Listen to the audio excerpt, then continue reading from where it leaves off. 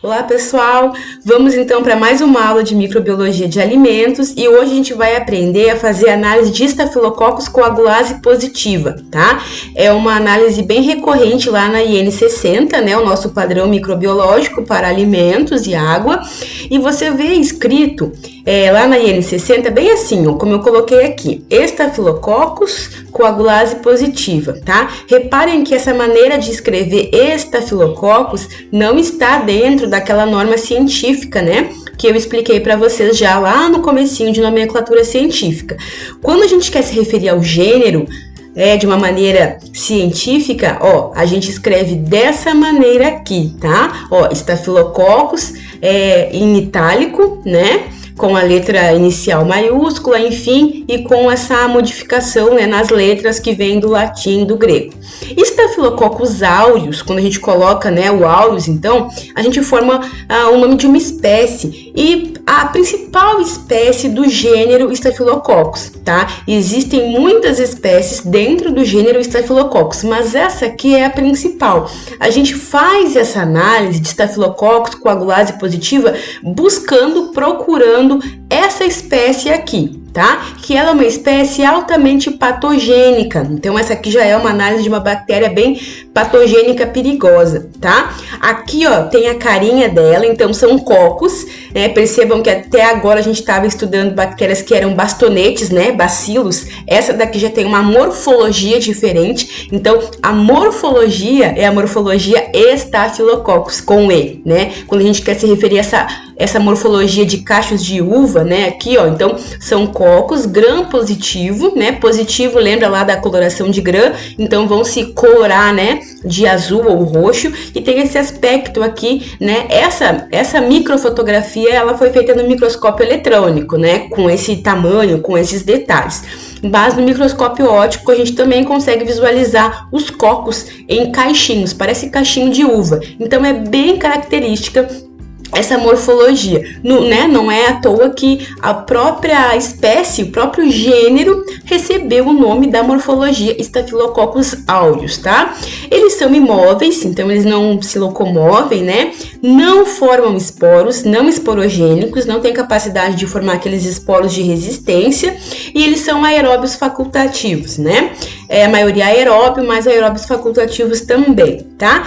Eles são associados, pessoal, à pele, à mucosa, principalmente a mucosa também naso aqui, né? O nariz, as mucosas da boca, enfim, cabelo, a pele, de praticamente metade da população, tá? Então, isso é interessante porque a manipulação de alimentos está bastante relacionada com as contaminações, né, das pessoas para os alimentos com a bactéria Staphylococcus, porque ele faz parte da microbiota normal de muitas pessoas e não está causando doença alguma nessas pessoas. As pessoas estão saudáveis, mas com a bactéria presente, né, nas suas mucosas, na pele. Então, aqueles alimentos bastante processados, eles têm um risco maior de serem contaminados, tá? Porque quando essa bactéria vai para o alimento e aí as pessoas ingerem esse alimento, aí lá dentro do trato gastrointestinal, essa bactéria vai se comportar diferente,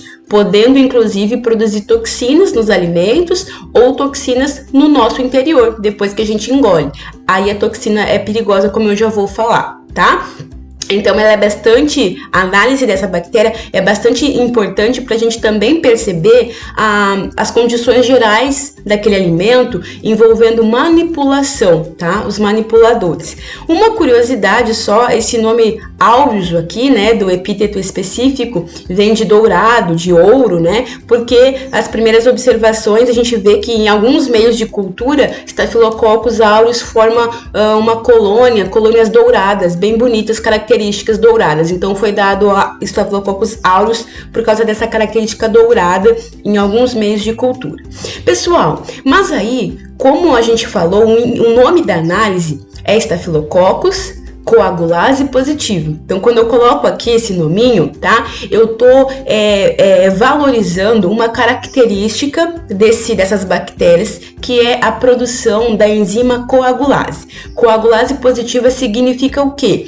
Essas bactérias produzem uma enzima chamada coagulase, que, resumindo aqui, pessoal, muito, né, pra gente entender o processo bem geral, a gente tem um processo de formação de um coágulo de fibrina, que é uma proteína que ajuda lá na cicatrização, na coagulação, quando a gente tem algum machucado, algum corte, né, então a gente forma um coágulo, a popular casquinha, né, das feridas.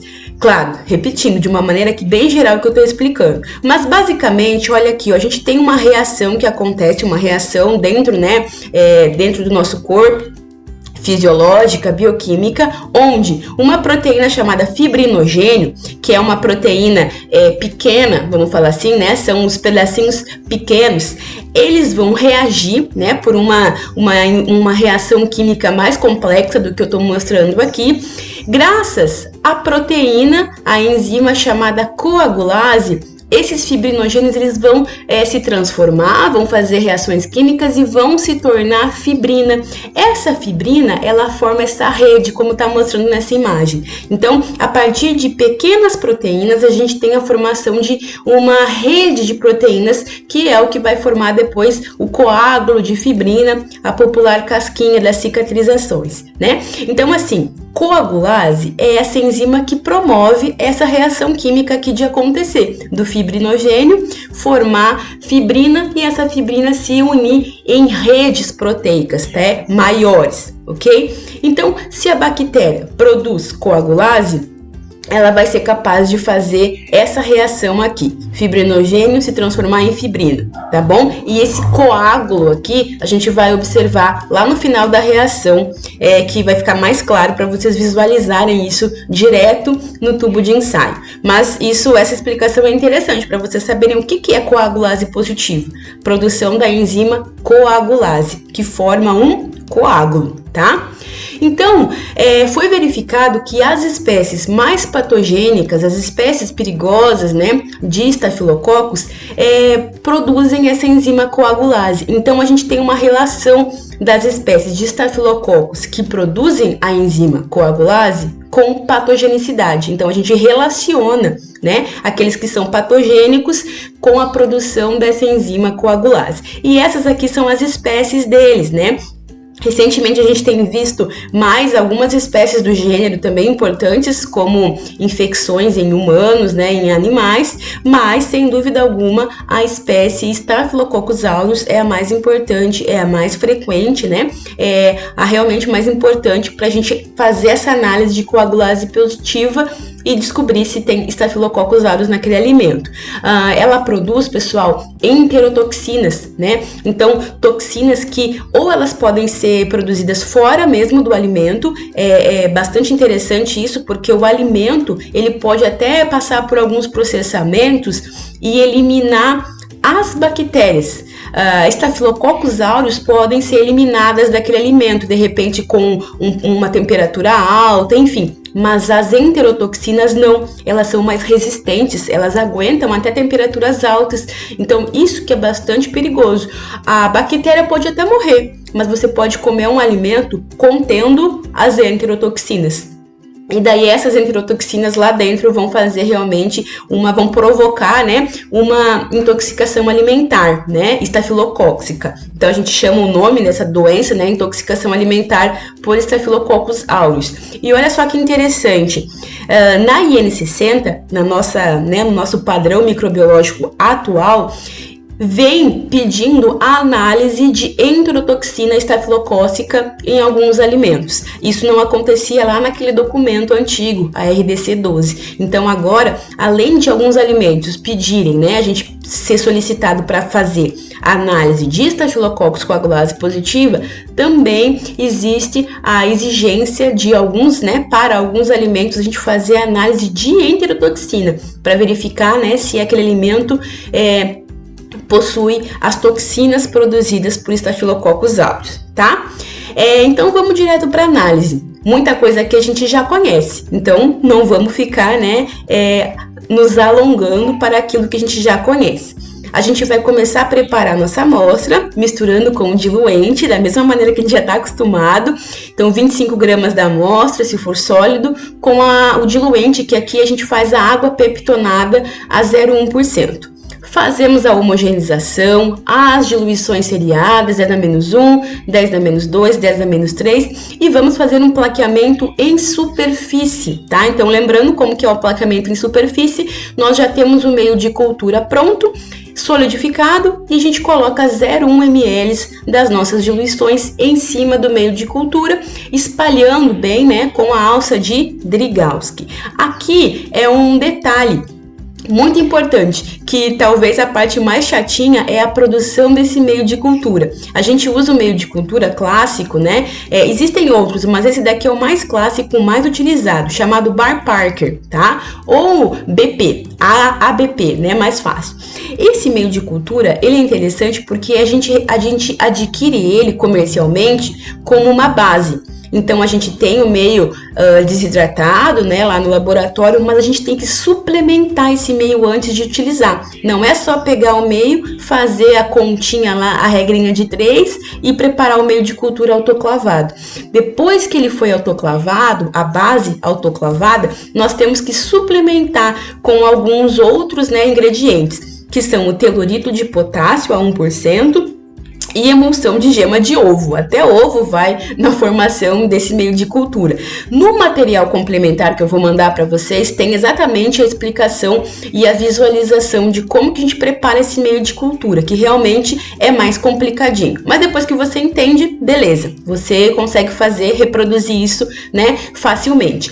Tem que tomar cuidado porque a gente não pode autoclavar esse telurito de potássio nem a gema de ovo, né? Senão a gente vai fazer um ovo cozido no meio de cultura. Então, por isso que tem que tomar cuidado. A gente prepara a base do meio de cultura autoclavada e depois, na hora da análise, a gente suplementa. Termina de fazer o meio de cultura na hora da análise, tá?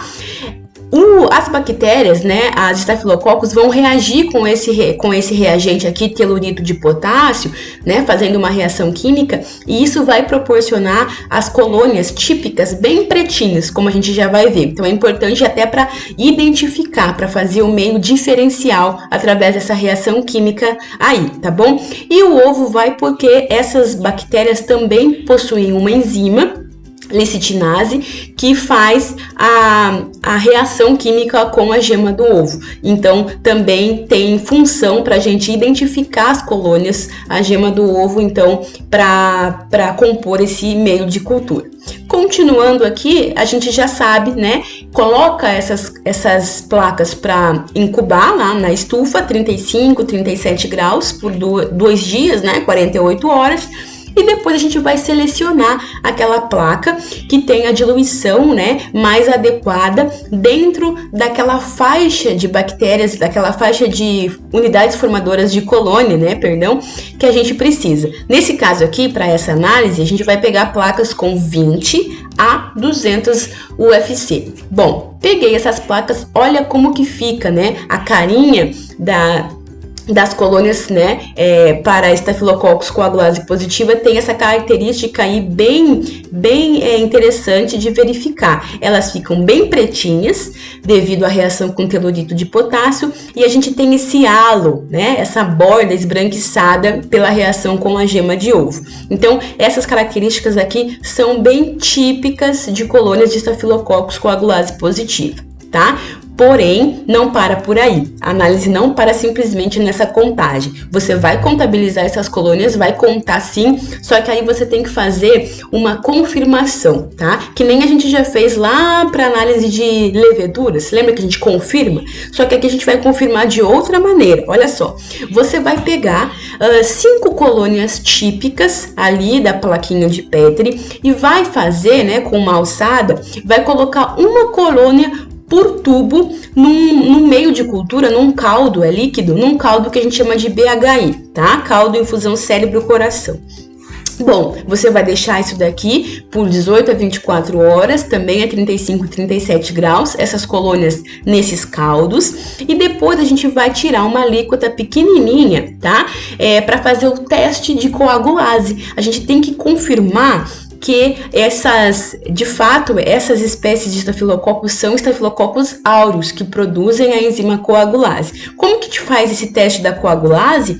Então, a gente tira, ó, uma alíquota de cada tubinho, tá? Então, tem que fazer para cada tubinho, você tem que fazer mais outros 5 tubinhos. E mistura com plasma, tá? Essa coagulase, plasma EDTA aqui, é um plasma, a gente já vende, já adquire isso comercialmente pronto, que é um plasma de coelho, né? E a gente faz essa reação de coagulase para ver se vai acontecer a formação de um coágulo. Esse segundo tubinho aqui, que eu chamo de controle negativo, é sempre interessante eu fazer um controle negativo onde a reação não vai acontecer, para eu sempre verificar, né? Ter um controle desses ingredientes. Então, para cada tubinho aqui, ó, né? Para cada um dos 5 tubinhos, você vai fazer também 5 tubinhos para confirmar o teste de coagulase. Você vai deixar isso também a 35 a 37 graus e de hora em hora você vai lá visualizar esse tubo para ver se formou um coágulo, tá? Então aqui, ó, como resultado, a gente tem esses possíveis resultados aqui dos tubos. Depois de no máximo 6 horas, você vai observar como tá aqui do ladinho. Olha só, a gente tem o resultado negativo, que seria a não formação do coágulo. Aquele material líquido vai continuar líquido no tubinho, tá? E aí a gente tem alguns resultados que a gente fala que são resultados positivos, a formação de um coágulo, tá? Repara que esses 2 últimos aqui, ó, a gente já vai direto para contagem, a gente já considera como Staphylococcus aureus. Quando a gente tem, dá até para virar o tubo e o líquido virou um coágulo. Então a gente tem uma substância bem sólida. Deixa eu mostrar aqui, ó, na foto, olha só.